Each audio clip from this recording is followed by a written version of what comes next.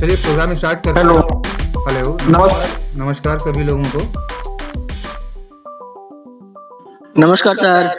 और चलिए programme start करते हैं। और तीन लोग हमारे साथ हैं जुड़े हुए। मालवीय जी हैं, मोहित कुमार जी हैं और रब्बुल आलम सरकार हैं। तो प्रोग्राम को स्टार्ट किया जाए और चलते हैं सबसे पहले मालवीय जी के पास। मालवीय जी नमस्कार, स्वागत है आपका, कैसे हैं? जी सर, बढ़िया है सर। प्रणाम। प्रणाम प्रणाम। बताइए, क्या कुछ नया ताज़ा अपडेट है आपके केस में? कोई सवाल है? नहीं सर, केस में कोई अपडेट नहीं है, बट आज आपका ऑडियो सुन रहे थे सर हम, जो मतलब शिकायत दर्ज करने के लिए। अच्छा अच्छा अच्छा अच्छा। जी, आपने दिया था कि चीफ जस्टिस को, और उसको तो मैं ये जानना चाहता हूँ सर कि जिस डिपार्टमेंट को आरटीआई लगी हुई है, हम्म। जिसके कारण जो है वो धमकी दिया है, क्या उस डिपार्टमेंट को भी चिट्ठी जाना चाहिए? नहीं नहीं, उसको चिट्ठी भेजने का कोई वो नहीं है। आप चाहें तो भेज सकते हैं, कोई दिक्कत नहीं है। देखिए, चीफ जस्टिस ऑफ इंडिया को मैंने इसलिए बोला था जी जी बिकॉज जो फंडामेंटल राइट्स के जो संरक्षक हैं जी जी वो सुप्रीम कोर्ट होता है। जी। तो अब सुप्रीम कोर्ट तो कोई व्यक्ति तो नहीं है ना, वो तो नहीं नहीं। एक संस्था है और उसमें जो उनके सर्वोच्च पद पे जो मनोनीत व्यक्ति हैं वो हो जाएंगे उनके संरक्षक, है ना। जी तो जी आरटीआई एक्ट जो है वो आर्टिकल 19 से निकला है और ये जी एक फंडामेंटल राइट है। जी तो मौलिक अधिकार है, तो मौलिक अधिकार के जो संरक्षक हैं वो चीफ जस्टिस ऑफ इंडिया हो जाते हैं एक तरीके से, ठीक है। तो इसलिए मैंने उसमें लिखा कि आप राज्य सूचना आयोग को तो लिखेंगे ही लिखेंगे, जी साथ में आप चीफ जस्टिस ऑफ इंडिया को भी इसकी सूचना दें ताकि उनको पता चले कि सर आरटीआई एक्ट जो है ये मेरा एक मौलिक अधिकार है और इस अधिकार का जब मैंने उपयोग किया तो मुझे ये समस्याएं आ रही हैं और मेरे जान माल का नुकसान भी है और जो भी है वो आप लिख सकते हैं इसमें।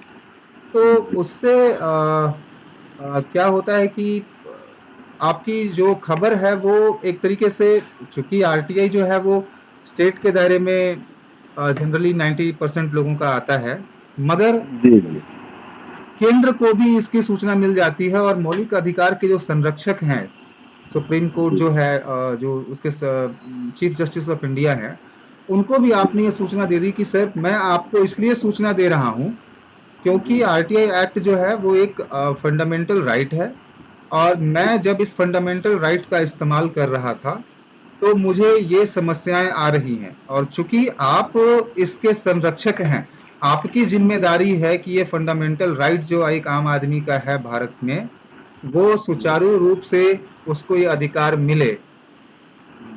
तो ये आपका अधिकार है, तो ये जिम्मेदारी भी आपकी कहीं ना कहीं बनती है क्योंकि मुझे जब मैंने इस अधिकार का इस्तेमाल करना शुरू किया तो मुझे जी धमकियां मिली, मुझे जान का खतरा है, मेरे परिवार को जान का खतरा है। तो ये चीजें जो हैं आप वहां पे जो है बता सकते हैं। तो इसलिए नहीं उनको हम एक सूचनार्थ जो है वहां पे भेजना चाहिए। जी, अब मैं जैसा कि आपको बताया था सर, मेरे साथ भी ऐसी घटना घटी है। हम्म। बट हमको जो है कि हम जो आरटीआई लगाए थे उसमें हमको जवाब तो नहीं मिला, बट हमको 30 दिन बाद 21,000 रुपए की डिमांड की गई थी, जो जो है तो फिर से हमने अपील में भी गए हैं। तो अपील में अभी तारीख थी तो उसमें ये बोला गया कि जो है हमने उनसे बोला कि भाई मैं नहीं आ सकता हूँ क्योंकि मेरे साथ कोई भी घटना घट सकती है। तो उन्होंने हमसे जिम्मेदारी ले रहे थे कि नहीं आप आइए, हमारी जिम्मेदारी है, आपके साथ कुछ नहीं होगा। तो हम ये चाह रहे थे कि चूंकि मेरा केस अभी अपील में है, वो बोले कि मैं आगे तारीख दे रहा हूँ, कहा नहीं मैंडेटरी नहीं है, आपके यहाँ ना आप फोन से बात कर लीजिए हमसे और हमारा ऑर्डर करिए आप हमको फैसला, अरे सूचना देने के लिए। तो उनका कुल मिला के दबाव ये था कि आप केस को उठा लीजिए। हमने कहा भाई ये संभव नहीं है, आपको सूचना देना पड़ेगा। आप जो उचित लगे आप फैसला सुनाइए और कोई बात नहीं, हमको आपको अगर आपकी सूचना सही नहीं मिलेगी तो हम आगे बढ़ेंगे जो है। तो अभी उसके चूंकि मैं सभी जगह जैसे आपको बताया था कि एप्लीकेशन दिया था, तो आप बोले कि नहीं सूचना आयोग को जाना चाहिए, तो सूचना आयोग का भी पत्र हमने बनाया था। तब तक कल आपका ऑडियो हमने सुन लिया जो है, हाँ हाँ। तो हमको लगा कि नहीं इसमें कुछ संशोधन करके सूचना आयोग के साथ साथ जो है राज्य सूचना आयोग के साथ जो है चीफ इंडिया को भी दिया जाना चाहिए। तो वही हम कहा चलिए। तो देखिए बिल्कुल आप लोगों को सूचनार्थ जो है वहां पे भेजना चाहिए, क्योंकि जी इसके पहले शायद मैं बताना मिस कर गया। देखिए जी जो 2-3 लोग जो हैं वो बाद में जुड़े हैं वो भी सुन लें जी कि आरटीआई एक्ट जो है ये आर्टिकल 19 से निकला है। ये एक फंडामेंटल राइट है, ये हमारा मौलिक अधिकार है। और मौलिक अधिकार के जो संरक्षक है वो सुप्रीम कोर्ट ऑफ इंडिया होते हैं। ठीक है, सुप्रीम कोर्ट तो एक संस्था है। तो सुप्रीम कोर्ट को जो उस पे जो सर्वोच्च पद पे बैठे हैं चीफ जस्टिस ऑफ इंडिया, वो इसके संरक्षक हो जाते हैं। तो चूंकि आपने अपने मौलिक अधिकार का इस्तेमाल करना शुरू किया और आपको धमकी मिली, आपको जान का नुकसान है, आपके परिवार को नुकसान होने की संभावना है, तो इसकी सूचना जो है उस अधिकार के जो संरक्षक हैं उनको भी मिलनी चाहिए, है कि नहीं? कितने लोग सहमत हैं? जो समझ मिलना रहे हैं, चाहिए सर। मेरा जो मोटिव होता है वो कॉपी पेस्ट का नहीं होता। मेरा मोटिव हमेशा ये होता है कि आप कॉन्सेप्ट को समझिए, सिस्टम को समझिए, एक्ट को समझिए, और उसके बाद फिर जब आप समझ जाते हैं ना, तो फिर आपको किसी कॉपी पेस्ट की जरूरत नहीं पड़ती, कोई लिखने की कि यार कोई लिख करके दे दो, ये करके दे दो, उसकी जरूरत हाँ नहीं जी पड़ती। जी जी सर। आप खुद ही इतने सक्षम होते हैं ना कि आप उसको लिख सकते हैं, आपके अंदर कॉन्फिडेंस होगा। आप कहीं बात कर सकते हैं कि भैया आप आर्टिकल 19 का जो फंडामेंटल राइट है उसके तहत आरटीआई एक्ट बना है और ये मेरा मौलिक अधिकार है। यदि आप मुझे इससे वंचित रखते हैं तो आप क्या कर रहे हैं? आरटीआई एक्ट की अवहेलना कर रहे हैं और मुझे मौलिक अधिकार इस्तेमाल करने से रोक रहे हैं। तो भैया जो इसका संरक्षक है मैं उसको सूचना तो दूंगा, है ना? जी जी दूसरा एक और चीज है, जब आप राज्य सूचना आयोग को लिखेंगे और उसमें नीचे लिखा होगा कि इसकी प्रति जो है वो चीफ जस्टिस ऑफ इंडिया को भी गई है, जी। तो थोड़ा सा तो दबाव बनेगा ना, नहीं वो तो बनेगा ही सर। है ना? तो ये भी एक, और आप कुछ गलत तो नहीं कर रहे हैं, आप सूचनार्थ उनको भी भेज रहे हैं कि सर ऐसी ऐसी समस्या हुई है मेरे साथ, तो इसमें कुछ जी गलत नहीं जो कर भविष्य में संभावना भी है, कुछ भी घटने का संभावना भी है। तो जो सच है आपको वो लिखना है, उसमें कुछ है। गलत है जी ही नहीं, है ना? जी जी। और एक चीज और जानना चाह रहे थे सर, हम्म। जो है कि हम यहाँ पे जहाँ रहते हैं परा शक्ति नगर में, जो आपको बताए थे बीना में, हाँ हाँ तो नार्दर्न कोलफील्ड लिमिटेड है सर, जहाँ से कोयला निकाला जाता है। हाँ। तो यहाँ पे जो कॉलोनियां बनी हुई है, हम्म, कॉलोनी के बीच में काफी अवैध कब्जे इनके हैं। हम्म, मतलब कुछ तो देखिए लोगों को अलॉट किए गए हैं जगह, जैसे कोई कॉन्ट्रैक्टर है, दुकानदार को तो क्वार्टर अलॉट किया जाता है, कॉन्ट्रैक्टर को भी किया जाता है, लेकिन कुछ कॉन्ट्रैक्टर ऐसे होते हैं जो कि जिनको जो है जगह अलॉट किया जाता है कैंप बनाने के लिए, जब वो काम ठेके का करते हैं तो वो बराबर उनका कैंप बना रहता है, रनिंग काम चलता रहता है। कुछ जो है कि हमारे यहाँ के कुछ ट्रेड यूनियन भी हैं, जो कि ट्रेड यूनियन वाले जमीन को कब्जा करके क्वार्टर बना के किराए पे चलाते हैं सर, उसको रूम बना के। गुरुद्वारा है, गुरुद्वारा में क्वार्टर बना के जो है कि वो किराया चला रहे हैं। मंदिर है, मंदिर में क्वार्टर बना के चला रहे हैं। मस्जिद है, उसमें भी बना के चला रहे हैं। तो और कुछ अवैध कब्जे चल रहे हैं। लेकिन कहीं कहीं ये सब मैनेजमेंट किसी के दबाव में, किसी मतलब ट्रेड यूनियन के दबाव में, खुल के बात आपसे करने की जरूरत है सर, कि ट्रेड यूनियन के दबाव में किसी किसी का कैंप जो काम चलता रह रहा है उसको भी जबरदस्ती हम हटाने का दबाव बना रहे हैं, और जो अवैध कब्जे बने हुए हैं उसको कार्रवाई नहीं कर रहे हैं। उसके लिए क्या करना पड़ेगा? देखिए ये मैं मालवीय जी मैं पहले भी कह चुका हूँ और आज फिर से कहूंगा जी कि आपने जितने भी इल्जाम लगाए हैं यदि उसका आपके पास सबूत है जी तब तो बहुत बढ़िया है। जी फिर तो आरटीआई की जरूरत नहीं है, फिर तो शिकायत कीजिए, क्योंकि सबूत यदि है तो शिकायत कीजिए। मगर यदि सबूत नहीं है तो वो भद्र पुरुष हैं, वो बहुत अच्छे आदमी हैं, आप उनके ऊपर झूठा इल्जाम लगा नहीं नहीं है सर, वो हमारे पास प्रूफ भी है सर, वीडियो रिकॉर्डिंग ऑलरेडी जहाँ जहाँ इनके अवैध कब्जा है उसकी वीडियो रिकॉर्डिंग भी मेरे पास है, और जो जो कॉन्ट्रैक्टर को अलॉट किया गया उसकी लिस्ट भी है, जो अवैध कब्जा करके कैंप बनाया हुआ है उसकी भी लिस्ट मेरे पास है। वो एरिया किसके अंडर में आता है? वो नार्दर्न कोलफील्ड लिमिटेड के अंडर में आता बस है। आप नॉर्दर्न कोलफील्ड लिमिटेड को आप भेजिए पूरा रिपोर्ट बना करके। तो इस पे आरटीआई लगा जानकारी मांगे कि हम क्या रिपोर्ट बना के जानकारी भेजें? मांगिएगा इस पे? आपके पास तो प्रूफ है, आप शिकायत कीजिए। अच्छा आप शिकायत कीजिए, आपके शिकायत पे एक्शन ना हो फिर आरटीआई जी कीजिएगा कि सर मैंने आपको आवेदन दिया था, जी इस पे क्या कार्रवाई हुई है जरा हमें बता दिया जाए। जी। और दूसरा ये है सर कि इनके यहाँ सीएसआर के लिए फंड अलॉट होता है, हम्म।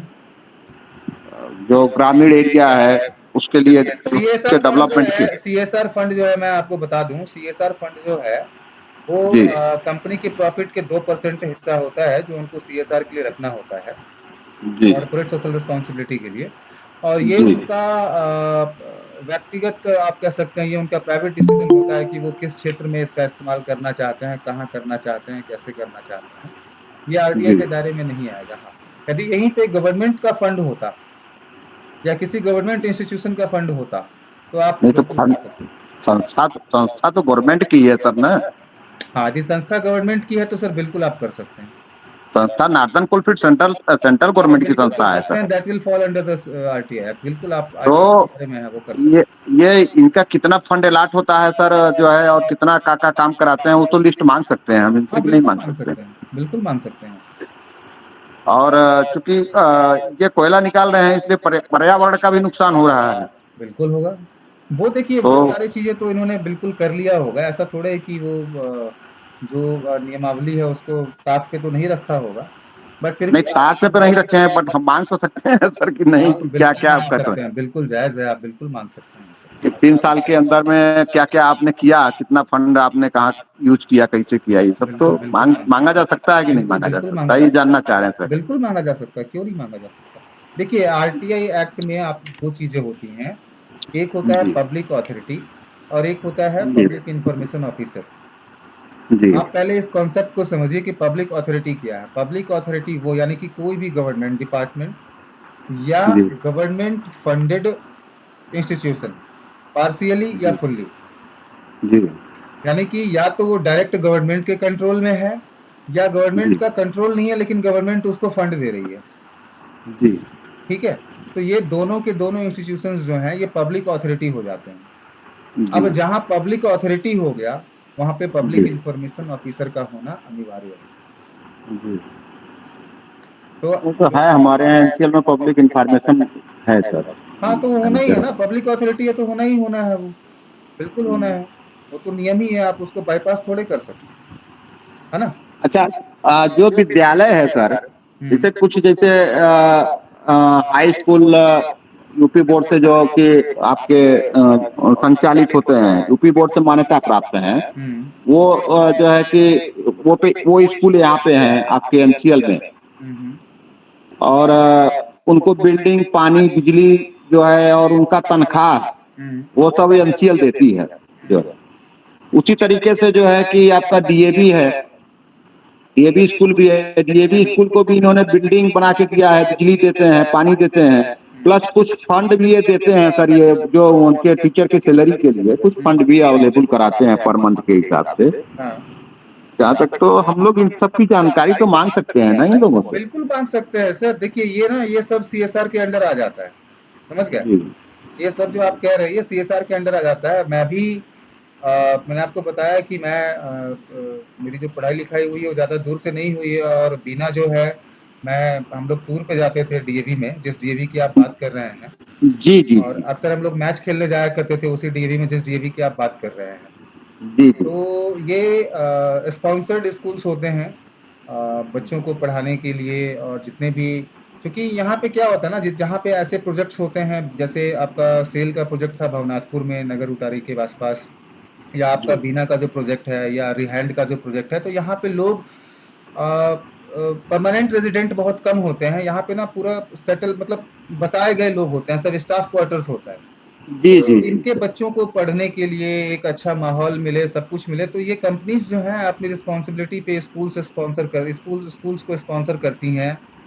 जी तो आपने सुना भी होगा कि 1 रुपए पे जो है बैंक को बिल्डिंग दी गई है रेंटल पे, 1 रुपए को, एक जी रुपए के रेंट पे पोस्ट ऑफिस को बिल्डिंग दिया जाता है। हाँ तो पूरी कानूनी प्रक्रिया होती है, पूरा सिस्टम होता है, मगर 1 रुपए के रेंट पे दिया जाता है। क्यों? जी जी, बैंक भी है, पोस्ट ऑफिस भी है, ये एक ये सब। सुविधा, उनका मोटिव होता है कि हम अपने लोगों को एक सुविधा प्रदान करें कि बैंकिंग के लिए उनको दूर ना जाना पड़े, स्कूल के लिए उनको दूर ना जाना पड़े, पोस्ट ऑफिस के लिए उनको दूर ना जाना पड़े, है ना। जी तो जी जी। ये चीजें होती हैं, ये हमने देखा है, मैंने बचपन से देखा है ये चीजें।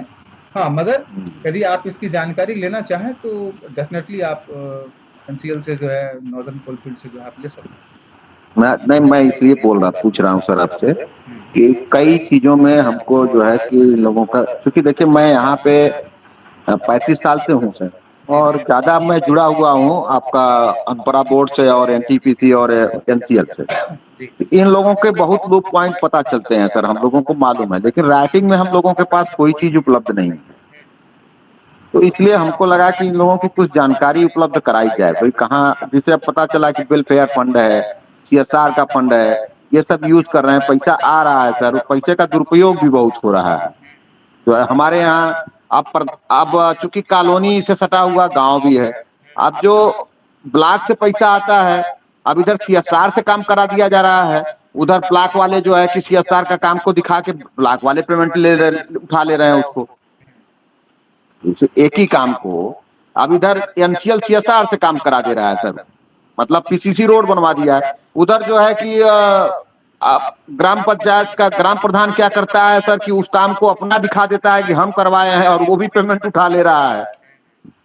ये सब चीजें बहुत ज्यादा धांधली यहाँ चल रही है सर। ये तो मैं मान सकता हूँ, ऐसा हो रहा होगा। मैं कोई ये नहीं कह रहा कि ऐसा नहीं संभव है, बिल्कुल संभव है। तो इसकी जांच तो डेफिनेटली आप जिस तरह जा रहे हैं वो सही रास्ता है भाई।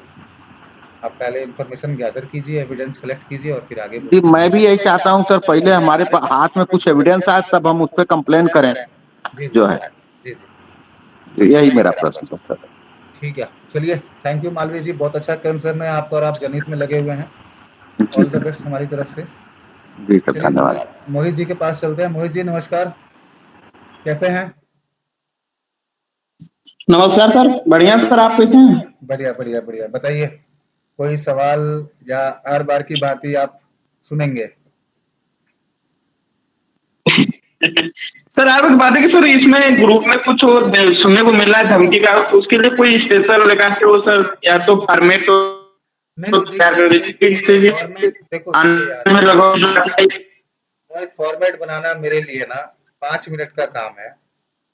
5 मिनट का फॉर्मेट बना करके मैं दे दूंगा, जी जी जी कॉपी पेस्ट करोगे, लेकिन जी। उसके बाद जो होगा ना वो फिर आप लोगों से संभाला नहीं जाएगा, क्योंकि आप लोगों को कॉन्सेप्ट ही नहीं है। जैसे एक तो मैंने 5 मिनट की जगह ना 1 घंटे थोड़ा सा क्या है कि सर,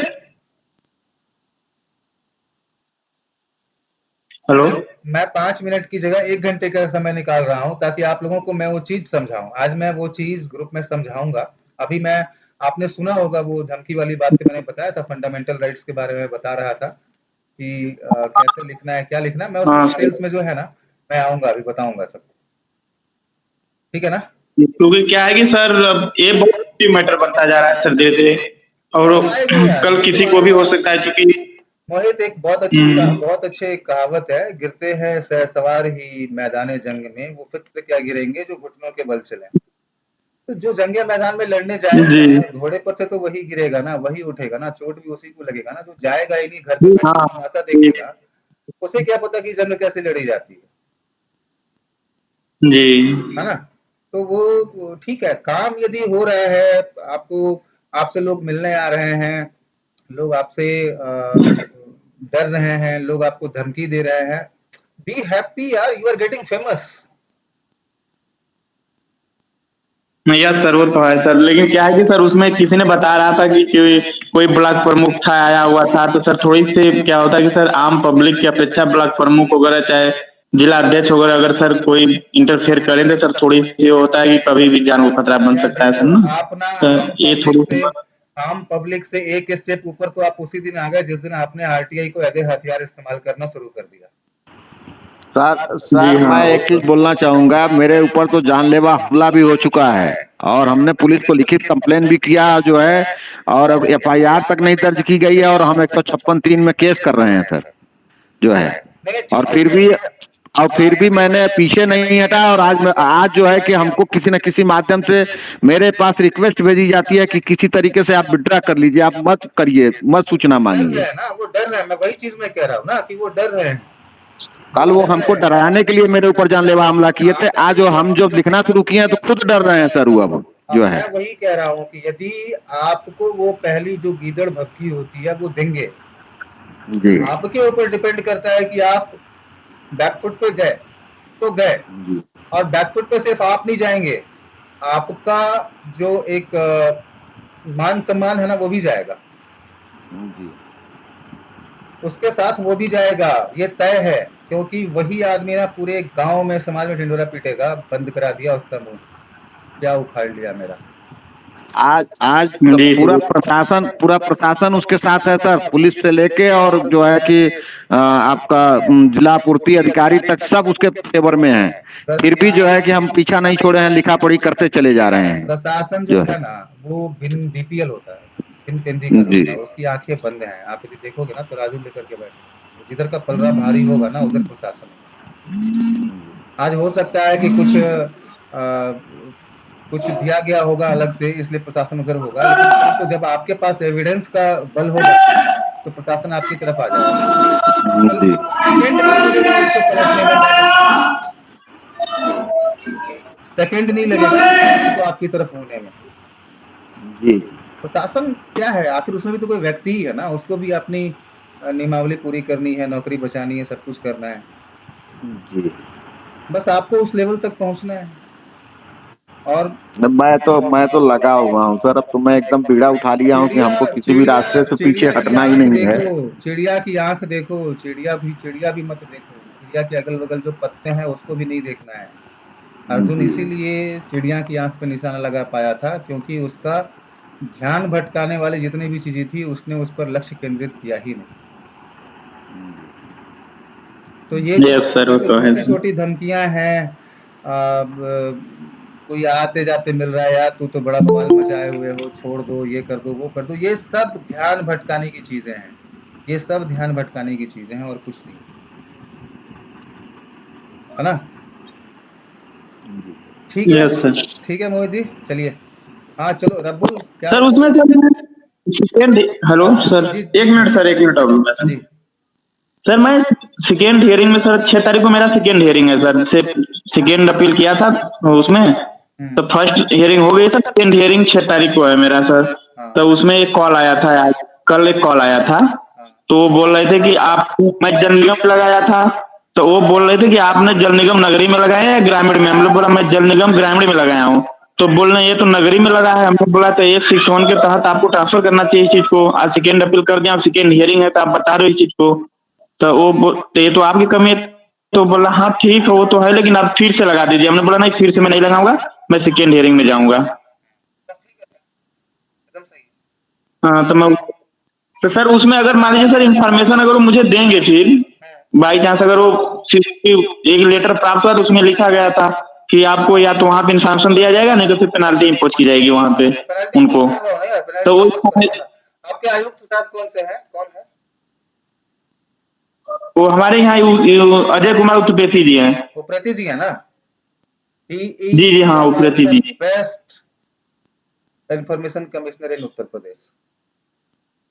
वन ऑफ हाँ द सर, उनका बेस्ट, कुछ फीडबैक मैं भी देखा था तो सही था। मतलब मैं आपको बता दे रहा हूँ, he is one of the best information commissioner in Uttar Pradesh. यदि उनके पास आपका केस गया है ना, आप बोल्डली अपनी बात रखिए। हाँ उनका उनका बहुत ही अच्छा जो है ना वो है, मतलब मैं उत्तर प्रदेश में तो मेरे बहुत सारे लोगों के केस जाते हैं, ऐसे ऐसे भी केस गए हाँ हैं जहाँ पे हाँ। पूरा का पूरा केस ही खत्म कर दिया गया एक ही झटके में, और ऐसे ऐसे भी गए हैं जहाँ पे 19 पीआईओ को एक साथ पेनल्टी इम्पोज किया गया। अच्छा। ठीक है, तो मैं हाँ सर, हमारे दोनों आरटीआई सर उन्हीं के पास गया है, दोनों केस मेरा सर, क्योंकि फर्स्ट फर्स्ट हियरिंग दोनों का हो गया है आपको बिल्कुल और सेकेंड हियरिंग का डेट दोनों का आ गया है। बिल्कुल उम्मीद कर सकते हैं कि आपको अच्छी वो मिलनी चाहिए, बशर्ते आपकी दलील अच्छी होनी चाहिए वहां पे। मेरी तरफ से और ग्रुप के सभी सदस्य की तरफ से आपको all the best. Thank you sir. ठीक है, चलिए तो फिर। सर उसमें सर वो अगर मुझे इन्फॉर्मेशन देंगे तो फिर मुझे सुबह कंप्लेन करना पड़ेगा फिर अलग से। किस लिए? जो इन्फॉर्मेशन है वो तो सर हुआ है नहीं। नहीं तो वो इन्फॉर्मेशन के लिए इंस्ट्रक्शंस देंगे ना, अच्छा सर। वो इन्फॉर्मेशन के लिए इंस्ट्रक्शन देंगे ना, उसमें टाइम देते हैं कि 15 दिन के अंदर जो है या 7 डेज के अंदर इनको इन्फॉर्मेशन हाँ प्रदान की जाए और उसकी एक कॉपी आयोग को भी दी जाए। अच्छा। वो नहीं मिलेगा, फिर हम लोग सेक्शन 81 में जाएंगे और शिकायत करेंगे। फिर वहां पे इंस्ट्रक्शन नहीं दिया अच्छा। जाता, फिर तो वहां पे सजा सुनाई जाती है जी, 25,000 पेनल्टी लगा दो। अच्छा। ठीक है, ठीक है, ठीक। थैंक यू चलिए सर। चलिए, चलो रब्बुल जी के पास चलते हैं। रब्बुल जी क्या हाल चाल है? बस ठीक है सर, अपना बताइए आप। बढ़िया बढ़िया, बताएं क्या सवाल है आपका? सर मतलब कुछ खास सवाल नहीं है, मतलब जो चल रहा है मेरे यहाँ तो सब सही चल रहा है। पहले तो मुझे भी धमकियाँ मिलता था, आजकल मैं भी थोड़ा मतलब हरामी टाइप का बन गया हूँ, तो कुछ सुखा नहीं पा रहे हैं लोग। नहीं नहीं, ऐसा ऐसा नहीं बोलते हैं। आप अपनी जगह सही हो, बाकियों को डाउन कर रहे हो। सर देखिए, ऐसा मतलब दुनिया में ना अच्छे लोगों का जगह ही नहीं है। अगर आप कुछ अच्छा करना चाहते हो तो आगे वाला हमेशा आपको दबाने की कोशिश करेगा।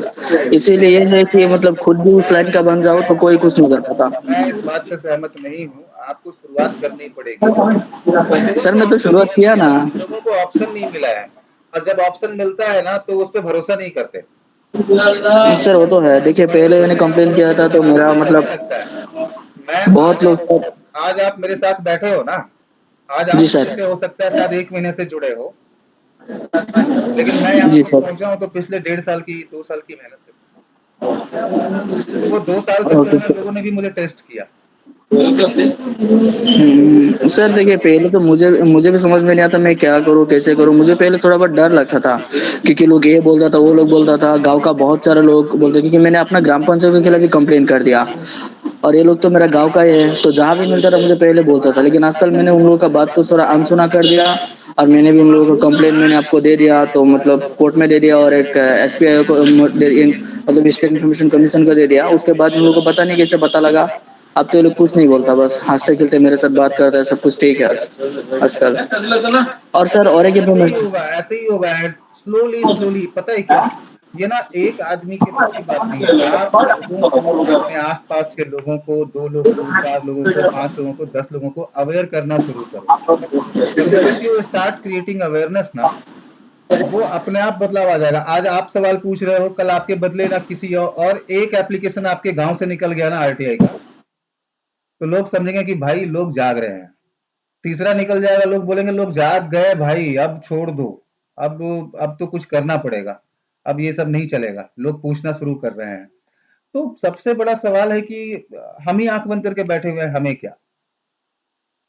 और मेरे साथ भी ऐसा ही हुआ। जब मैंने RTI लगाया, तो मैंने तो बड़ा अच्छा काम किया था। मैं आपको बताता हूँ अपना तजुर्बा जो मैंने किया था।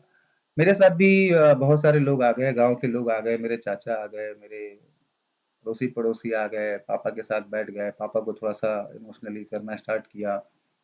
तो मेरे पास भी आए, तो मैंने सबकी लोगों की बात सुनी और मैंने बोला कि ठीक है सर, मैं समाज से बाहर तो हूँ नहीं, आप लोग सभी समाज के आदमी हैं, गणमान्य व्यक्ति हैं, कोई किसी पद पे है, कोई किसी पद पे है, कोई मुखिया है, कोई सरपंच है, और मैं आपसे बाहर का तो हूँ नहीं।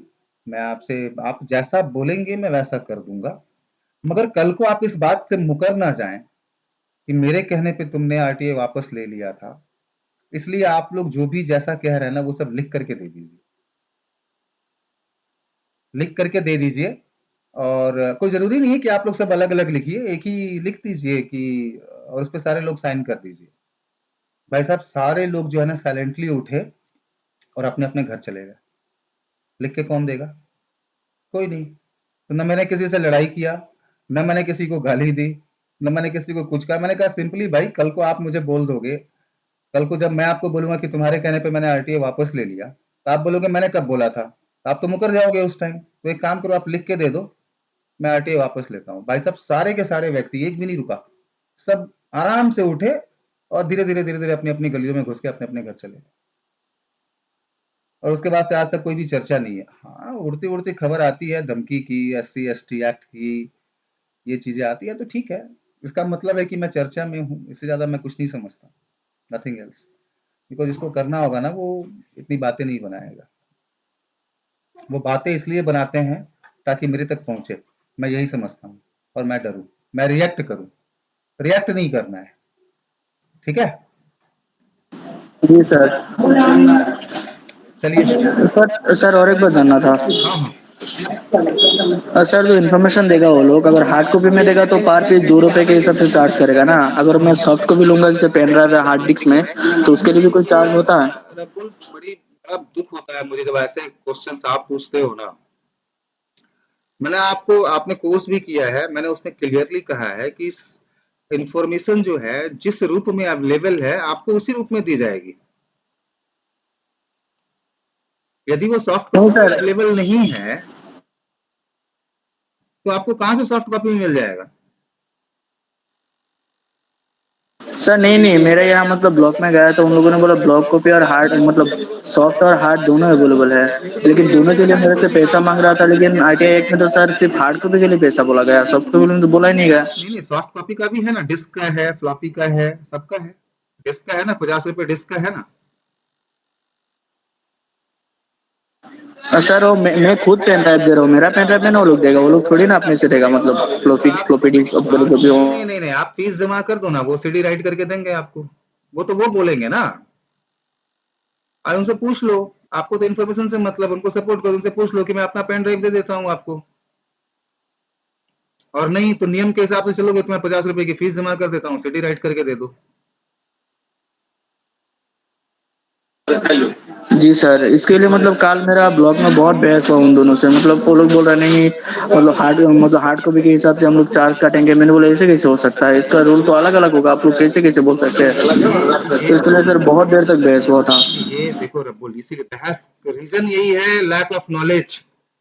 आप उसमें आप उसमें लिखना था ना आपको कि सर मैं यदि संभावना है तो मुझे इसकी सॉफ्ट कॉपी में दी जाए।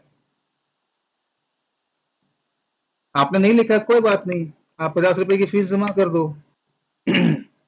उनको बोलो कि लेकिन ये जो फीस का जो नियमावली है, ये आप अपने स्टेट RTI रूल्स पढ़ा है आपने? उसमें क्या लिखा हुआ है? जी सर, आसाम का ITI रूल में मतलब अगर BPL धारक होगा और APL धारक होगा सबके लिए मतलब कुछ जो पुराना रूल था उसके हिसाब से एक भी पैसा नहीं लिया गया था, फिर अमेंड हुआ था कि फिर पैसा लिया गया, अभी कुछ दिन पहले फिर अमेंड हुआ। अब ITI फ्री में डाल सकता है कोई भी बंदा हो, अगर ब्लॉक में जाके डाल रहा है तो फ्री में डाल सकता है। अगर आप मतलब कुछ रजिस्टर पोस्ट कर रहे हैं तो उसके लिए फीस लगता है। आप जो बात कर रहे हो एप्लीकेशन फीस की बात कर रहे हो, मैं इंफॉर्मेशन फीस की बात कर रहा हूँ, डिस्क का, पेज का। उसमें कुछ ना कुछ होगा ना मेंशन किया हुआ, 2 रुपए या 50 रुपए डिस्क का या 100 रुपए डिस्क का। हाँ सर, वो जो सॉफ्ट कॉपी है उसके लिए कोई डायरेक्ट नियमावली नहीं है, लेकिन आप अगर हार्ड कॉपी लेंगे तो पर पीस 2 रुपया। तो देखिए, जो डायरेक्ट नियमावली नहीं है ना कोई, तो फिर इसका मतलब है कि जो सेंटर का रूल बना हुआ है वो लागू हो जाएगा, 50 रुपए, ओके सर। है ना। देखिए, आप कोई चीज है उसको अमेंड कीजिएगा, तो जो अमेंड कीजिएगा वही लागू होगा, जो अमेंड नहीं किए हैं वो पुराना ही लागू रहेगा ना। ठीक है। जी सर। ठीक है, चलिए। चलिए प्रेम सागर जी के पास चलते हैं। प्रेम सागर जी नमस्कार। नमस्कार सर, आप कैसे हैं बताइए। बहुत बढ़िया है, जैसे आप रखे हैं हम वैसे ही हैं। बढ़िया चाहिए सर। सर मैंने एप्लीकेशन दिया था वहाँ पे तहसील दिवस में, तो सर उसमें हम बहुत चक्कर काटते काटते थक गए हैं। अब उसके बाद हम सोच रहे हैं कि RTI लगाएं कि हम हमारा सही जानकारी मिल सके। किसकी क्या था आवेदन, कहाँ क्या पर था? लगना, क्या सर? आवेदन क्या था? आवेदन सर था यह क्या, आवास के बारे में। हाँ, तो जो आपने आवेदन दिया था उसकी रिसिप्ट है ना आपके पास, रिसीविंग कॉपी? जी सर। तो बस उसी पर आप एक RTI एप्लीकेशन डाल दीजिए कि मैंने फलाने तारीख को आपके कार्यालय में इस विषय से संबंधित आवेदन दिया था। उस आवेदन पर क्या कार्यवाही हुई है उसकी दैनिक प्रगति रिपोर्ट प्रदान करें। जी सर। सर अच्छा DM के पास डालें कि तहसील तहसील में? तहसील में, जिस कार्यालय में आपने आवेदन दिया है आप उसी कार्यालय से ना सूचना मांगिएगा। आप लिखिएगा, कंप्लेंट कीजिएगा डॉक्टर का और हिसाब मांगिएगा वकील से, नहीं ना। नहीं सर। बस तो फिर जी उसी सर। कार्यालय में आप भेज दीजिए आवेदन। जी सर। ठीक है, चलिए। जी अमित गुप्ता जी नमस्कार, गुड इवनिंग, कैसे हैं? सर प्रणाम। प्रणाम प्रणाम, बताइए। सर ऐसा तो कुछ है नहीं, अभी तो चल ही रहा है, गिर रहा हूँ, थोड़ा उठ रहा हूँ, अभी वही सीख रहा हूँ सर। जी, चलिए ठीक है। आप रहिए ग्रुप में हमारे साथ, काफ़ी अच्छा लगता है आप लोग रहते हैं तो। 11 लोग हैं अभी ग्रुप में इंक्लूडिंग मी, यानी कि लगभग 17-18 लोगों ने रजिस्टर किया था आज। उसमें से एटलीस्ट आज पहला बार हुआ है कि 50% लोग आए हैं, इंटरेस्टेड हैं, अच्छा है। चलिए, ओमकार सिंह जी के पास चलते हैं। ओमकार सिंह जी, गुड इवनिंग, स्वागत है आपका।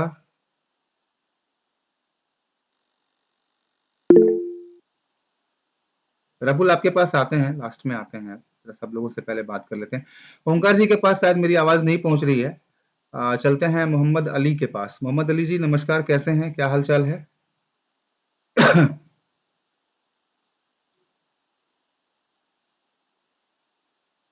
हेलो। हाँ सर, नमस्कार। नमस्कार नमस्कार जी, बताएं क्या हाल चाल है और कहाँ से हैं मोहम्मद अली जी? मैं सिवान से हूँ सर। सिवान से हैं, ओके। बताइए क्या हाल चाल है? और सब ठीक ठाक है। आपका वीडियो मैं बहुत पहले से देखता था, ठीक है। जी, तो थैंक यू। वो अच्छा लगा कि हम भी आपके ग्रुप से जुटे और कुछ सवाल जवाब किया जाए और कुछ नॉलेज भी लिया जाए। स्वागत है आपका जी, बताएं यदि कोई सवाल है आपका तो। मेरा सर सवाल यही है कि हम लोग ऐसे तो बीपीएल कैटेगरी से आते हैं और आवास की योजना के तहत अभी तक हम लोग को आवास मिला नहीं। मैं चाहता हूँ कि उस पर आरटीआई लगाऊं, लेकिन योजना ये है कि मेरे माता पिता के नाम से बनना था, तो क्या मैं लगा सकता हूँ अपने नाम से? हाँ, माता पिता का अलग होगा, आपका अलग होगा, यदि आप नहीं अलग नहीं अलग रहते हैं तो। नहीं, तो सब एक ही में रहते हैं ना। तो आप एक में रहते हैं तो वो है ना अभी, हाँ माता पिता है ना? जी जी, हाँ, तो आप उनके ही नाम से लगा दीजिए, क्या दिक्कत है? क्योंकि वो लोग तो उतना पढ़े लिखे हैं नहीं। हाँ, तो उससे क्या हो गया, अच्छा, आप उनके नाम से लगा दीजिए, कोई दिक्कत नहीं है। तो आरटीआई एक्ट की एक बड़ी अच्छी खूबसूरती है, पता है क्या? जी इसकी एक बहुत अच्छी खूबसूरती है कि इसमें ना किसी वकील को हायर करने की जरूरत नहीं है, जी जी और हम किसी को भी रिप्रेजेंटेटिव अपना बना सकते हैं जो मेरे बिहाफ पे जी मेरी बात को प्रेजेंट कर सके। जी जी तो कल को यदि मान लीजिए आपको फर्स्ट अपील के लिए या सेकंड अपील तक आपकी बात जाती है और आपको बुलाया जाता है, तो घबराइए मत कि आपके माता पिता को जाना है। उनसे बस एक ऑथोरिटी लेटर लिखवा लीजिएगा कि मैं ऑथराइज करता हूं, मैं अपने पुत्र मोहम्मद अली को मेरा जो एसआईसी में केस है उस केस को रिप्रेजेंट करने के लिए, और उसका जो भी स्टेटमेंट होगा उसे मेरा स्टेटमेंट माना जाए, और जो भी फैसला होगा उसे मैं कबूल करता हूँ। यही होता है। तो सर एक क्वेश्चन और है कि मतलब वो एप्लीकेशन उन्हीं लोग के नाम से देना होगा ना? किनके नाम से? हाँ, एप्लीकेशन उनके नाम से ही दीजिए, मैं वही तो कह रहा हूँ। वो एप्लीकेशन का सिग्नेचर उन्हीं लोग का होगा? हाँ हाँ, कोई दिक्कत क्या है, अच्छा आप उनके नाम से ही भेजिए, कोई दिक्कत नहीं है ना? अच्छा सर, जो निरक्षर है वो लोग कैसे सिग्नेचर कर सकते हैं? अंगूठा लगवाइए, लेफ्ट हैंड थंब इम्प्रेशन, उसको गोला मार करके आप वहां पे साइन कर दीजिए, या किसी एजुकेटेड पर्सन से साइन करवा दीजिए। ठीक ये तो सदियों से चला आ रहा है, कोई नई बात थोड़े ठीक है ना, कोई नई ठीक है, बात तो नहीं। माता जी के नाम से ही लगा देते हैं। हाँ, उनके नाम से आप लगा सकते हैं, कोई दिक्कत नहीं। ठीक है, यही सर मेरा क्वेश्चन था। ठीक है, चलिए अभी हमारे साथ गौतम कश्यप जी से बात करते हैं। गौतम, क्या हाल चाल है? नमस्कार सर, बढ़िया। बढ़िया, बताओ क्या चल रहा हाँ है? जी, क्या जी? क्या चल रहा है? सब बढ़िया चल रहा है, कोई क्वेश्चन नहीं है सर। कोई क्वेश्चन नहीं जो है, चल रहा है सब पता है। चलिए बहुत बढ़िया, आप ग्रुप में बने रहिए।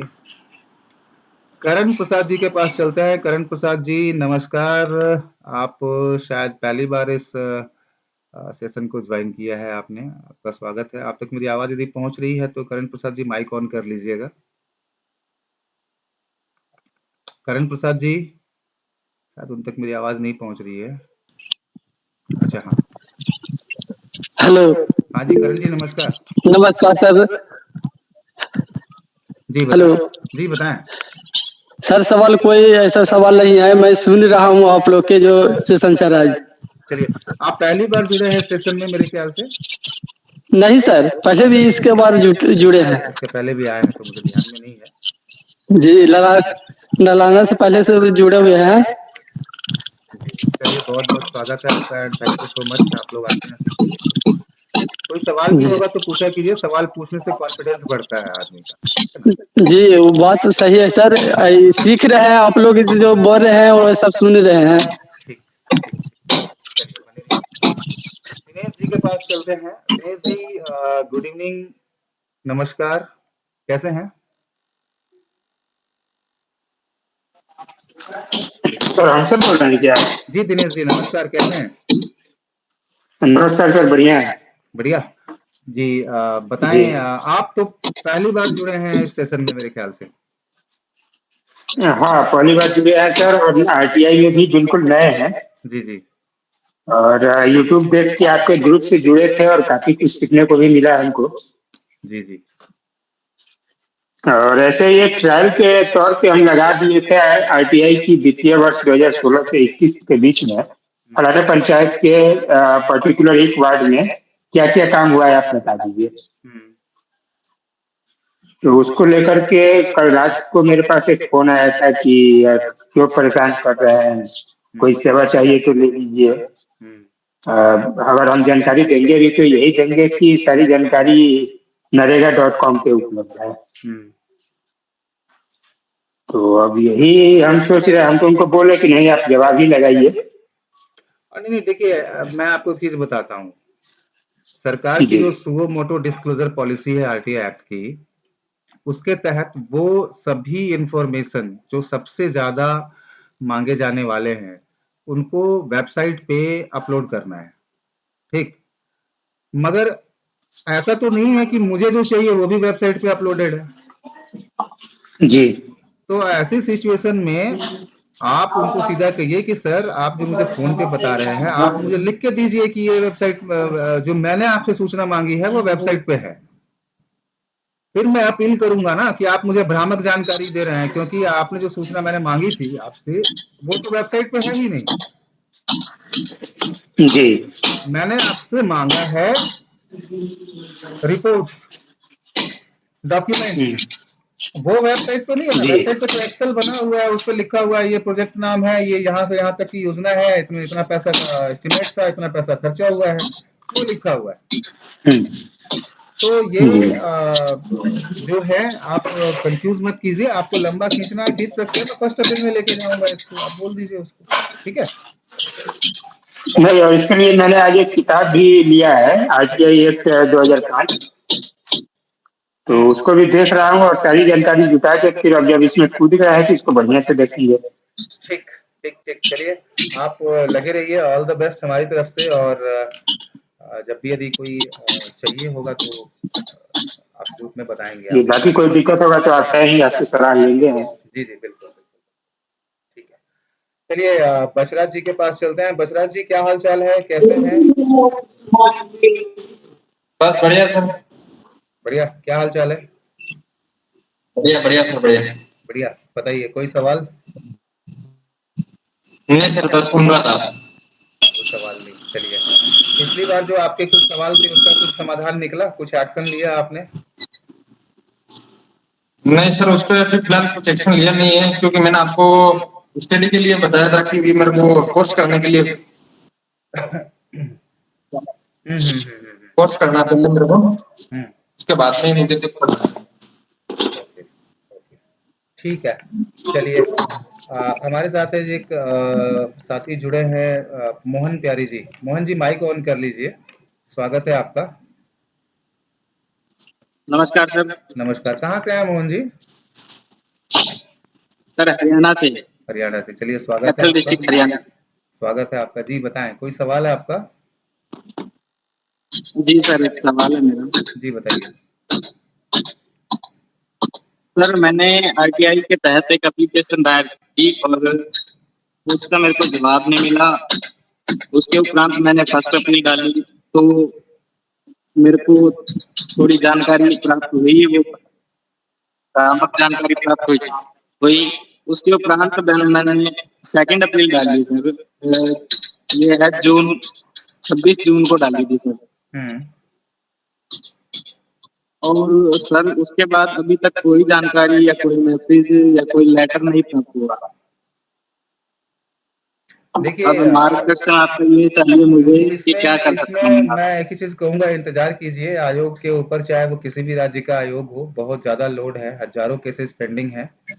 तो यदि आपने आयोग में भेज दिया है तो जवाब तो आएगा। ये हो सकता है कि आप कतार में हैं, तो जब आपका नंबर आ जाए 2 महीना लग जाए, 3 महीना लग जाए, 4 महीना लग जाए, तो थोड़ा समय लग सकता है। ठीक है, मगर यदि आपने समय लग भेज सकता दिया है। है तो जवाब तो आपको मिलेगा। सर भेज तो दिया है मैंने। अगर मैं ये पूछना चाह रहा हूँ सर, अगर मैं दोबारा भेज दूँ आवेदन तो कोई सेकंड फायदा अपील? नहीं है, अच्छा जी। कोई फायदा नहीं है उसका। आप 2 नहीं 4 बार भेज दीजिए, हर एक बार अलग अलग चीजें रजिस्टर्ड हो जाएंगी। ओके। उसका कोई फायदा नहीं है। हाँ, तो अभी आप ये कर इंतजार सकते करना हैं पड़ेगा। कि आप यदि आयोग का आपका कभी चक्कर लगे तो आप वहां जा करके जो है अपने डाक का स्टेटस पता कर सकते हैं और अपनी डाक एंट्री नंबर ले सकते हैं। आपको डाक एंट्री नंबर मिल जाएगा, वो आप वहां जा करके ले लीजिएगा, तो अब कल को ट्रैक करने में आपको आसानी होगी।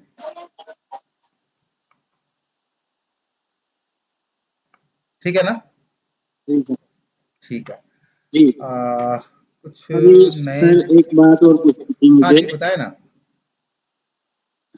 सर एक सर एक बात मुझे भी पूछनी थी। पहले हाँ, टेलीग्राम दिनेश पे जी ग्रुप आते हैं, है आपके सर। पास भी आते हैं। जी बताइए। सर व्हाट्सएप ग्रुप से मैं जुड़ना चाह रहा हूँ, उसमें सर लिंक मेरा एक्टिवेट नहीं हो रहा है वो। व्हाट्सएप ग्रुप से जुड़ना चाह रहे हैं, उसमें वो नहीं हो पा रहा है। अच्छा, तो कोई बात नहीं, मैं आपको व्हाट्सएप ग्रुप का हाँ जी। लिंक जो है मैं यहाँ पे इसके मैसेंजर पे शेयर कर दे रहा हूँ। ठीक है, एक सेकेंड, कॉपी लिंक। जी। मैंने गूगल मीट के मैसेंजर पे जो है इसको शेयर कर दिया है। तो फिर आपको आज की मीटिंग का लिंक ओके। कैसे मिला फिर? सर मैं पहले भी मैं जुड़ चुका हूँ एक बार और इसमें। अच्छा, तो आपने डायरेक्ट वहां जाकर के रजिस्टर कर लिया। हाँ जी हाँ जी। अच्छा अच्छा, गुड गुड गुड गुड, तो ये अच्छी चीज है, अच्छी बात है। तो चलिए। आपसे पहले मुलाकात बात हुई थी ओके सर, जो ओके मई में बात हुई सर। ओके। नहीं ठीक है, अच्छा है कि ग्रुप में ना होने के बावजूद भी आप इतने एक्टिव थे कि आपने उस लिंक को फॉलो करके रखा हाँ जी हाँ हुआ जी। था और आप चेक करते रहे कि कब मीटिंग होना है, और आप जा करके वहां पे रजिस्टर किए, तो ये एक बहुत ही जी। अच्छी मिसाल है। गुड, वेरी गुड, आप लगे रहिए। और ग्रुप का मैंने लिंक जो है वो अभी गूगल मीट के मैसेंजर पे डाल दिया है, इसी के मैसेंजर पे जहाँ पे हम लोग बात कर रहे हैं अभी, वहां जा करके आप एक बार चेक कर लीजिएगा। ठीक है ना? ओके। जी। ठीक है, चलिए, थैंक यू सो मच। और कोई मित्र छूटे तो नहीं है? सबसे बात हो गई है। धन्यवाद सर।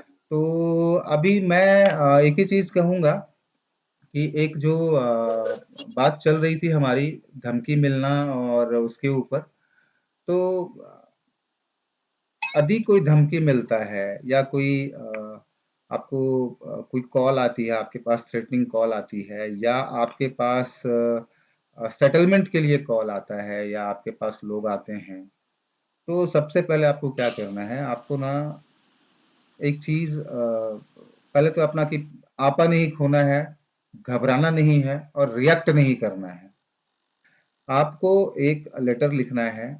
वो लेटर इस तरीके से लिखिएगा आप लोग, मैं थोड़ा सा बता देता हूँ आप लोगों को। वो लेटर हमेशा जाएगा राज्य सूचना आयोग के पास।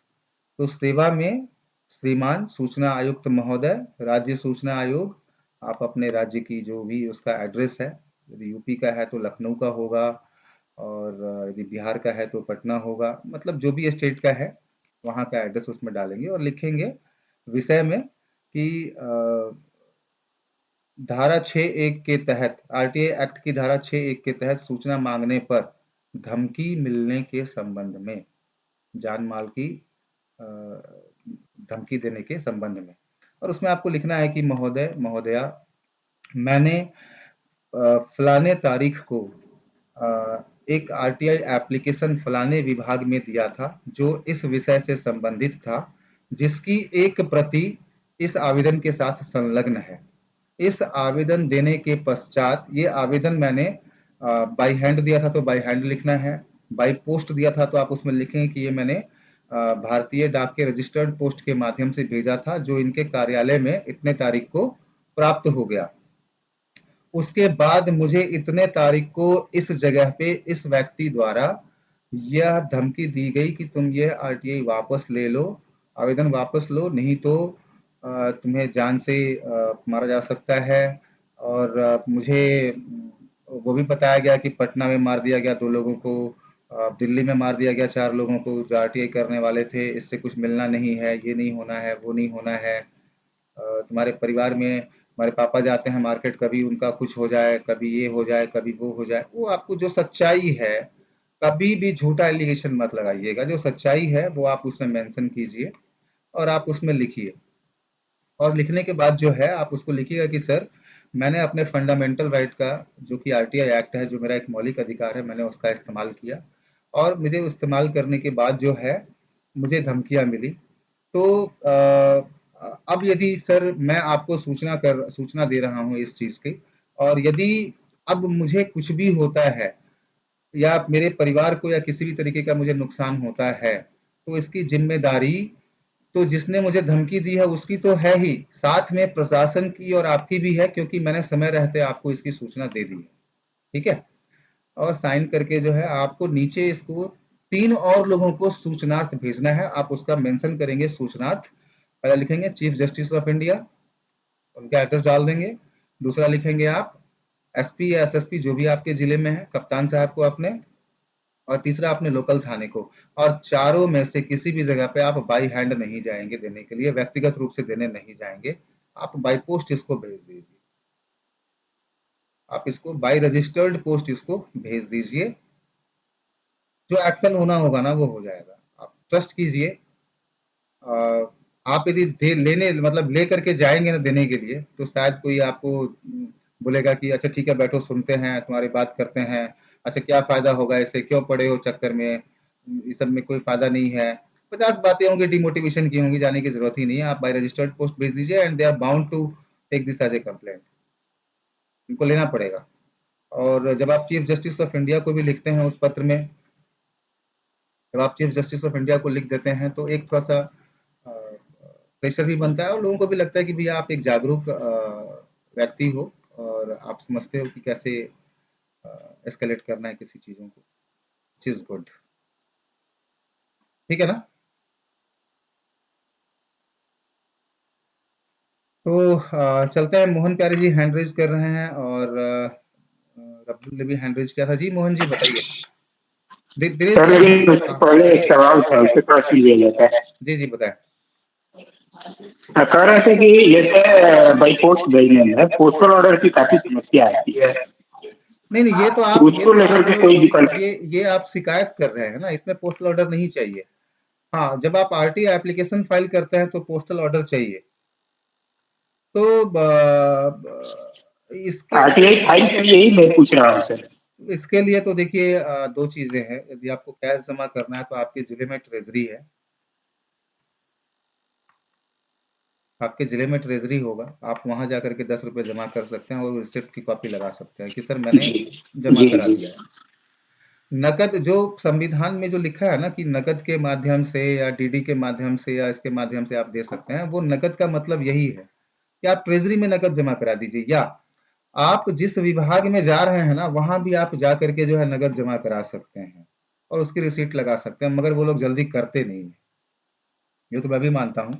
तो आप ट्रेजरी में जाके जमा करा दीजिए, ट्रेजरी वालों को तो लेना ही पड़ेगा, कोई ऑप्शन नहीं है। दूसरा आप डिमांड ड्राफ्ट बनवा सकते हैं 10 रुपए का। चेक भी लगाया जा सकता है? नहीं चेक नहीं चलेगा सर, चेक नहीं चलेगा, चेक नहीं चलेगा। आप डिमांड ड्राफ्ट कर सकते हैं, आप बैंकर्स चेक कर सकते हैं, आप पोस्टल ऑर्डर कर सकते हैं। और पोस्टल ऑर्डर यदि नहीं आता है ना तो आप इसकी शिकायत कीजिए हेड पोस्ट मास्टर को जिले के। जी, आप इसकी शिकायत कीजिए कि सर आपके यहाँ पोस्टल ऑर्डर नहीं है। आप पहले जाकर के उनसे व्यक्तिगत रूप से मिलिए कि सर आपके यहाँ 10 रुपए का पोस्टल ऑर्डर नहीं है और हमें समस्या हो रही है। तो आप या तो इसका समाधान कीजिए, मैं आपसे अभी व्यक्तिगत रूप से मिलने आया हूँ।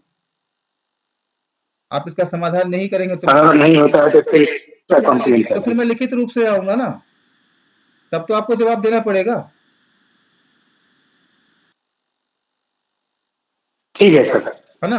देखिए प्रॉब्लम तो है, मैं ये नहीं कह रहा हूँ कि प्रॉब्लम नहीं है, प्रॉब्लम तो है। उसका सॉल्यूशन निकालना है। 2 चीज़ें हैं हमारे पास, 2 ऑप्शन है, या तो हम भाग जाएँ, यार बहुत प्रॉब्लम है, या एक-एक करके सबको सॉर्ट आउट करते रहें। प्रॉब्लम तो है सर। मैं ये नहीं कह रहा हूँ कि प्रॉब्लम नहीं है, प्रॉब्लम तो है ना? चलिए मोहन जी के पास, मोहन जी जी कोई बिल्कुल। सवाल है आपका शायद?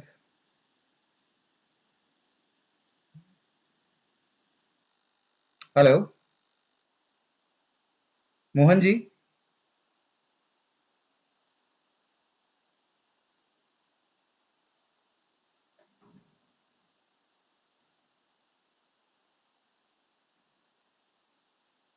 मोहन जी कोई सवाल है आपका? नहीं सर। वो आपने हैंड रेज किया हुआ है, हैंड डाउन कर दीजिए फिर। चलिए ठीक है। और किसी मित्र का कोई सवाल है तो प्लीज बताएं। जी रब्बुल बताइए। सर एक कंडीशन है आपसे जानना चाहता हूँ। हाँ हाँ। सर मानिए पहले किसी बंदे ने कंप्लेंट किया था कि फॉर एग्जांपल मनरेगा के लिए कि फेक अटेंडेंस हो रहा है वगैरह कुछ, उसका लगभग 2 महीने 1 महीना तक जवाब नहीं मिला। बाद में बंदे ने फिर उस कंप्लेंट दिया था उसके ऊपर आरटीआई लगाया। बाद में अगर वो बंदा 2-3 महीने बाद या 1 महीने बाद किसी भी रीजन से जाके वो आरटीआई को उठा लेता है तो क्या उसका कंप्लेंट भी कैंसिल हो जाएगा या कंप्लेंट रहेगा? मैं आपकी बात ही नहीं समझा फिर से। सर फॉर एग्जांपल मान के चलिए इसे मतलब मेरे साथ ही पहले हो चुका, सबसे पहले मई महीने के बाद है। हाँ हाँ। तो मैंने एक कंप्लेंट डाला था सर कि मनरेगा में मेरे यहाँ पर फेक अटेंडेंस के ऊपर मतलब वो लोग और जो मुखिया का जान पहचान का लोग है उन्हीं लोगों का खाता में से पैसा जमा करता है, मतलब डिमांड देता है, बाकी लोगों में नहीं देता और उन लोगों से कमीशन खाता है वो। और मेरे पास प्रूफ था तो मैंने जाके बीडीओ सर को कंप्लेंट दे दिया। तो बीडीओ ने मेरा कंप्लेंट का कोई जवाब नहीं दिया था, रिजोल्यूशन नहीं दिया था। उसका लगभग 1.5 महीना बाद जाके मैंने उसके ऊपर आरटीआई लगाया था। उसके बाद 1 महीना बाद पहले लगाया था, जैसे कि आपने बोला आपका मतलब मेरा चाचा लोग, घर वाला, पापा भी पहले ठीक था, पता नहीं पापा भी बाद में गांव का लोगों का बात सुन के, मुखिया का बात सुन के कुछ हो गया था। पापा ने बोला आरटीआई उठा ले, तो मैंने उठा लिया था, मतलब आरटीआई को कैंसिल कर दिया था और जाके मैंने खुद लिख के दिया था। तो सर मैंने जो पहले जो कंप्लेंट दिया था वो कंप्लेंट भी आरटीआई के साथ साथ कैंसिल हो जाएगा, वो कंप्लेंट रहेगा, सिर्फ आरटीआई उठेगा? कंप्लेंट तो रहेगा ही रहेगा ना, कंप्लेंट एज इट इज अपनी जगह पे, आपने सिर्फ पार्टी एप्लीकेशन वापस लिया है। तो सर उस कंप्लेंट पे अगर दोबारा जानकारी चाहिए तो हमें क्या करना पड़ेगा? आप ले सकते हैं ना दोबारा, इसमें क्या है, आप दोबारा आरटीआई मतलब कर दीजिए। उसी कंप्लेंट पे दोबारा आरटीआई डाल दूं? हाँ बिल्कुल कर दीजिए, क्या जाता है। और सर और एक बात, आपको बोला था कि आसाम से मतलब आरटीआई का फीस फ्री है। सर फ्री नहीं था, मतलब मेरे एक दोस्त ने अभी बताया, जैसे आपके साथ बात कर रहे थे तो सामने से गुजर रहा था, बहुत पुराना दोस्त है, मतलब वो बुड्ढे टाइप का है तो फिर भी मैं दोस्त ही मानता हूँ उनको। तो भी एक्स्ट्रा वन में पीआईओ था मेरा ब्लॉक का, अब वो रिटायर्ड है। तो उन्होंने बोला था तेरे से अगर फीस नहीं लिया क्योंकि तू खुद जाके दिया उनको, इसीलिए शायद उन्होंने फीस नहीं लिया। उनको मैंने कैश 10 रुपया दे भी रहा था, उन्होंने बोला नहीं चाहिए चलो, क्योंकि सर ब्लॉक जो है मेरा घर से लगभग 1 किलोमीटर से भी कम दूरी पर है। तो चलो मैं खुद ही जाके दे दिया था और पीआईओ ने मैंने कैश दिया था, ऊपर लिख के भी दिया था नीचे कि मैं कैश दे रहा हूँ। तो उन्होंने कुछ नहीं लिया था, बोला चले जाओ चलेगा। तो मुझे लगा था शायद फ्री होगा, लेकिन नहीं, मेरा जो एक दोस्त था मतलब दादाजी का उम्र का होगा, मैं उनको दोस्त ही मानता हूँ। तो उन्होंने बोला नहीं तेरे से नहीं लिया क्योंकि तू खुद जाके दे रहा था, शायद इसी वजह से नहीं लिया। उन्होंने बोला कभी कभी जब मैं पहले था तो कभी कभी मैं भी नहीं लेता था जब बंदा खुद जाके देता था। अगर बाय पोस्ट आ रहा है तो पोस्टल का लेता था, हम लोग लेते थे, मतलब उन्होंने बोला। चलिए ठीक है, इट्स गुड। तो मैं उम्मीद करता हूँ कि सभी लोगों को। मोहित जी आपने हैंड रेज किया है, कोई सवाल है आपका? यस सर, 1 मिनट सर लूंगा। जी सर मैं सर उसमें नरेगा.com वाले से कुछ लिस्ट निकाला था काम का, और स्वरोजगार.com करके आता है ना सर, उससे ई लिस्ट ग्रामीण। निकाला था मैं, सीसी वगैरह। हाँ, तो सर एक ही काम का 2-3 हर महीने एक ही काम हुआ है सर उसी का। एक तो सर बहुत लार्ज अमाउंट में निकाला गया है पैसा, और दूसरी चीज से हर महीने उसी का दिखा करके फिर निकाला जाता है। तो वो मेरे पास था नहीं डॉक्यूमेंट उसका है, मैं उससे साइड से डाउनलोड किया हूँ तो पूरा है, तो मैं डायरेक्ट कंप्लेंट तो कर सकता हूँ। आप कर सकते हैं, यदि आपको लगता है कि उसमें कुछ गड़बड़ी है तो आप बिल्कुल कर सकते हैं, क्यों नहीं कर सकते हैं। एविडेंस आपके पास होना जी चाहिए और क्या। हाँ, तो वो तो उन्हीं के साइट से मैं निकाला हूँ, गवर्नमेंट जो ई ग्राम रोजगार करके आता है पंचायत.com करके से। हाँ तो आप कर सकते हैं, यदि आपको उस लगता है तो बिल्कुल कर सकते हैं, लेकिन पहले काम की जांच भी तो कर लीजिए। कई बार एएमसी भी तो होता है ना, मेंटेनेंस भी तो होता है ना, हो सकता है कि काम वही हो, लंबा काम हो, तो तो आप एक बार मतलब अपने हिसाब से आप चेक कर लीजिएगा कि काम था क्या, योजना क्या थी और क्यों इतने पैसे निकाले गए, तो आप कर सकते हैं बिल्कुल, इसमें क्या है। तो सर मैं वो जैसे मान लीजिए कि एक चीजों का सर कंप्लेन करना हो तो मैं डायरेक्ट जाके ऑफिस में कंप्लेन करना पड़ेगा या पोस्ट के थ्रू या किसी के थ्रू कर देना पड़ेगा उसी विभाग को? ये आपके ऊपर निर्भर करता है। ये सवाल आप सही नहीं है, ये तो आपके ऊपर निर्भर करता है। देखिए हम एक ही चीज कहते हैं बार बार कि कंप्लेंट आप यदि कुछ भी कर रहे हैं तो आपके पास उसका एक प्रूफ होना चाहिए कि आपने किया है। यदि आप कार्यालय में जा करके और वहां कंप्लेंट दे करके उनसे एक रिसीविंग लेने में सक्षम है तो कार्यालय जा करके दे दीजिए। यदि क्योंकि जनरली ऐसा वो लोग करते नहीं है, देते ही नहीं है, रख लेंगे, बोलेंगे ठीक है जाओ हो गया। तो ऐसी स्थिति में तो मैं बोलूंगा ना कि आप अपना समय क्यों खराब कर रहे हो, उतने ही समय में आप पोस्ट ऑफिस चले जाओ, रजिस्टर्ड पोस्ट से भेज दो। अब आपके पास रिकॉर्ड है ना कि आपने भेजा है, इसलिए मैं कहता हूँ, और कोई बात नहीं। तो सर एक मिनट सर, उसको मैं जिला विभाग में लगाऊं या मेन डिपार्टमेंट को ही लगा दूं सीधे, जो लखनऊ के लिए है, या डिस्ट्रिक्ट लेवल पे लगा? आप जिस विभाग से संबंधित वो है उसी विभाग में ना लगाएंगे। तो जैसे कि उसका सभी विभागों से ब्लॉक स्तर पे, जिला स्तर पे ऐसे होता है, तो सर किस स्तर पे लगाना पड़ेगा? डायरेक्ट लखनऊ के लिए लगाएं, यूपी का हो तो मैं? जिस स्तर का कार्य है आप पहले उसी स्तर पे लगाइए। ब्लॉक स्तर का है, ब्लॉक पंचायत का, तो पहले ब्लॉक पे लगाइए। अच्छा, पहले ब्लॉक पे लगाना पड़ेगा। स्टेप वाइज चलिएगा ना। आप डीएम के पास भेजेंगे, डीएम फिर घुमा करके यहीं भेज देगा, या डीएम आपसे पूछेगा कि भैया आप वहां जाके कंप्लेंट किया आपने, आप बोलेंगे नहीं, तो बोलेंगे तुमने वहां कंप्लेंट किया नहीं, सीधा मेरे पास आ गया। पहले उसको कंप्लेंट करो, वो एक्शन ना ले, फिर मेरे पास आना, और लॉजिक भी है।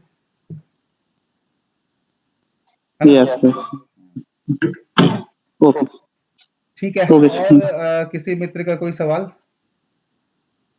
नहीं है तो चलिए प्रोग्राम का समापन करते हैं, और सभी मित्रों से रिक्वेस्ट करूंगा अपना अपना कैमरा ऑन करें। जय हिंद कहते हैं और आज के इस प्रोग्राम का समापन करते हैं। कोशिश करूंगा कि आज शाम तक जो है ये वीडियो जो है वो यूट्यूब पे अपलोड, ठीक है। चलिए ओमकार जी आप भी अपना वीडियो ऑन कर ले यदि संभव हो तो। प्रेम सागर जी आप दिख ही नहीं रहे हैं, बिल्कुल ब्लैक हो रखा है। चलिए जय हिंद।